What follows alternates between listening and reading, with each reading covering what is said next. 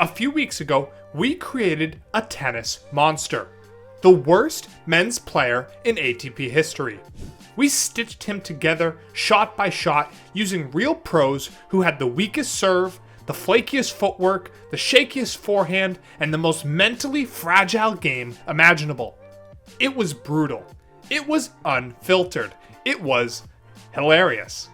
But you guys wanted more, and now it's time for the sequel.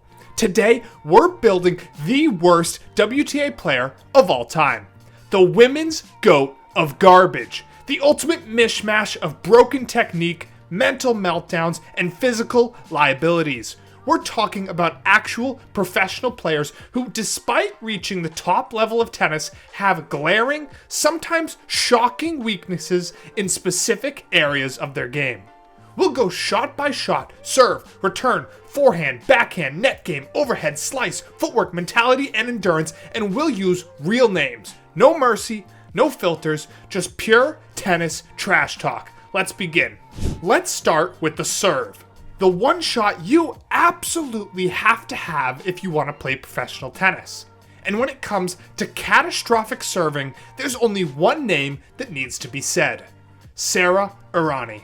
Look, Errani was a baller in her own way. A French Open finalist, top 5 in the world, doubles legend. But her serve, it belongs in a junior clinic. At her peak, her first serve averaged in the low 80 miles per hour. That's not a typo, that's real. And her second serve, a glorified underhand toss that opponents lived for. Errani's serve was so ineffective that it became a punchline. In 2016, she even switched to a sidearm motion just to get it in play.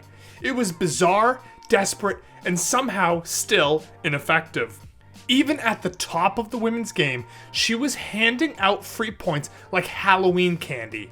No question, if you're building a WTA player with the worst possible toolkit, Sara's serve is your foundation. Now let's flip it. What if your opponent can't serve, but you still can't return? Enter Anna Chakvitats, the former world number 5 with a clean backhand and smooth timing, but one of the weakest return games among top tier players. On paper, she should have been solid, but in big matches, her return stats were comically underwhelming. Despite playing in an era of relatively softer first serves, Chakvitatsa was constantly on the defensive. She'd stand way behind the baseline, react slowly, and bunt the return back with no purpose. It was passive, tentative, and most importantly, ineffective. Against top servers, she basically handed them a free pass when you're ranked in the top 10, but barely cracked the top 30 in return points won. That's a massive red flag. Anna's return wasn't just ineffective, it was invisible. Now let's talk forehand. And no one deserves this category more than Elena Vesnina. Vesnina was a fantastic doubles player. Great volleys, great hands, but her forehand, a complete and utter liability. It was wild, inconsistent, and unreliable under pressure. She had this giant swing that made timing a nightmare, and when she went for it, it was either a beauty or a total shank. The real issue was that she had to go for it because her backhand was actually solid.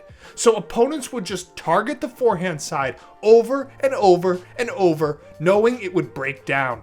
In singles, this shot held her back from ever becoming a true threat. She finished with a career-high ranking of number 13, but could have gone further if the forehand didn't betray her every other match. If you want a forehand that will consistently ruin rallies and implode in big moments, Vesnina's the one to pick. This one hurts, because at her peak, Coco Vandeweghe was a legit force. Big serve, big forehand, big attitude. But her backhand? It was the obvious weak link in her game. Stiff, mechanical, and awkward looking, it just never flowed. Coco would run around it every chance she got, and when forced to hit it under pressure, it often sprayed long or floated short. Her 2017 US Open run was electric, but watch those matches again, her opponents always tried to drag her into backhand rallies.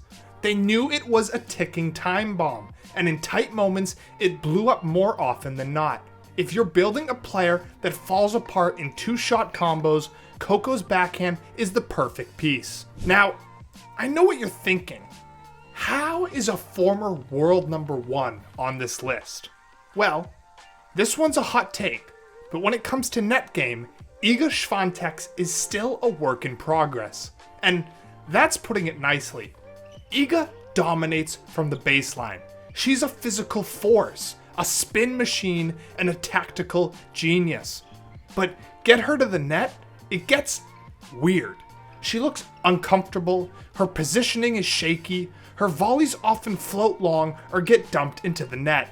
You can see the indecision when she's up there. It's like her brain freezes. Statistically, she doesn't approach often. And when she does, her conversion rate lags behind her peers. Compared to players like Barty or Jabeur, who glide forward and finish with style, Swiatek's net game is clunky, hesitant, and downright cringe at times. So yeah, despite all her greatness, for net game, she's our pick. There's a few things more painful than watching a pro tennis player miss an overhead. And Kristina Mladenovic turned that pain into performance art. It's almost comical. The footwork is off, the timing is late, the racket head drops, and somehow even the easiest lobs become unforced errors. She's like a cheat code for losing overhead points. It got so bad that in doubles, partners would try to cover for her.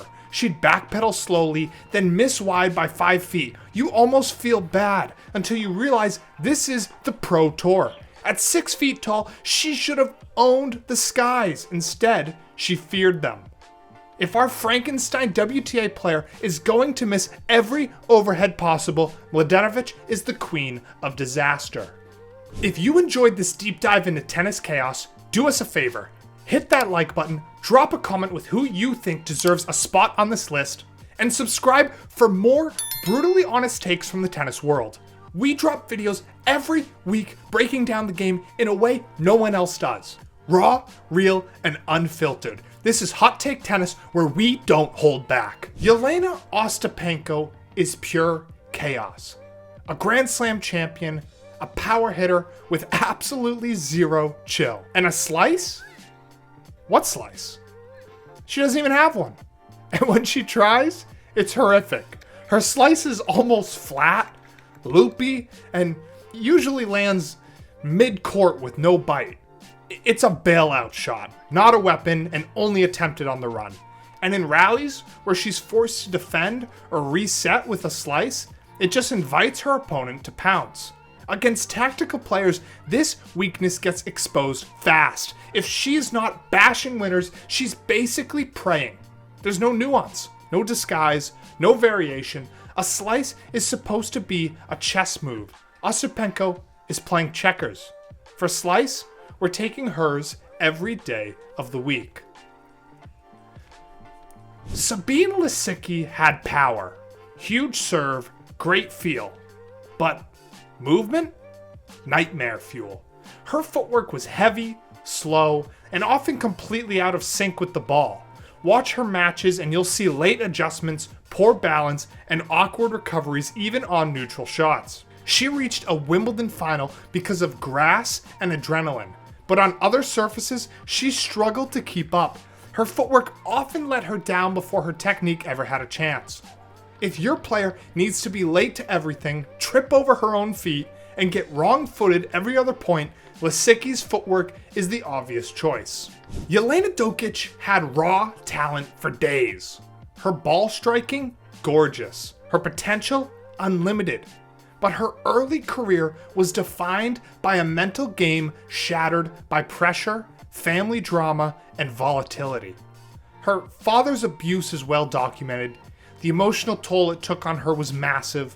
On court, you could see the stress, the double faults, the mid-match collapses, the inability to stay composed under fire. She admitted later that she played with fear, not freedom. Her head wasn't in the game. It was surviving it. While it's tragic more than anything, if we're building a player who self-destructs mentally, Jelena's early career unfortunately fits that mold. She had the tools, but the weight of it all crushed her. Let's wrap this up with fitness and stamina. And few careers were as sabotaged by physical breakdown as Andrea Petković's. Petko was a fan favorite, smart, funny, dynamic game, but between 2012 and 2014, her body betrayed her. She had knee injuries, back problems, ankle sprains, you name it. She'd start strong in matches only to fade in long rallies or three-setters. Her movement would tighten, her serve would dip, and her recovery time was brutal. She was a high IQ player with a low mileage body. If your Frankenstein tennis player needs to gas out after a set and a half, Andrea's injury-plagued endurance is the perfect final piece. Well, there you have it. The worst WTA player of all time. A monster built from the most fragile, awkward, and downright cursed traits in women's tennis history. This is the one tennis player you'd never want to coach unless you enjoy heartbreak. Now it's your turn. Who did we miss? Who would you put in this lineup of tennis infamy? Drop your picks in the comments below. And don't forget, like, comment, and subscribe for more unfiltered tennis takes. This is Hot Take Tennis. We'll see you in the next one.